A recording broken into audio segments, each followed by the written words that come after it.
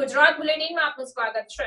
છેલ્લા 2 વર્ષ દરમિયાન ડીસા તાલુકા, ડીસા શહેર, દક્ષિણ અને ઉત્તર પોલીસ સ્ટેશનની હદમાંથી ઝડપાયેલા દારૂના જથ્થાનો નાશ કરાયો।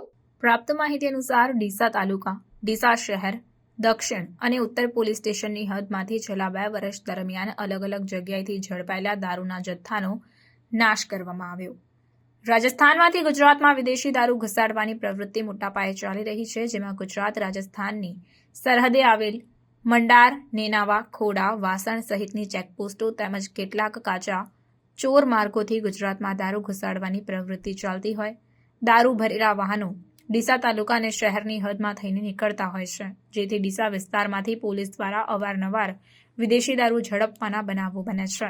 ત્યારે છેલ્લા 2 વર્ષ દરમિયાન ડીસા તાલુકા, ડીસા શહેર ઉત્તર અને ડીસા શહેર દક્ષિણ પોલીસ સ્ટેશનની હદમાંથી અલગ અલગ જગ્યાએથી ઝડપાયેલા વિદેશી દારૂના જથ્થાના નોંધાયેલા ગુનાઓમાં મુદ્દામાલ તરીકે રહેલા દારૂના જથ્થાનો કોર્ટના આદેશથી નિકાલ કરવાનું આયોજન હાથ ધરાયું હતું।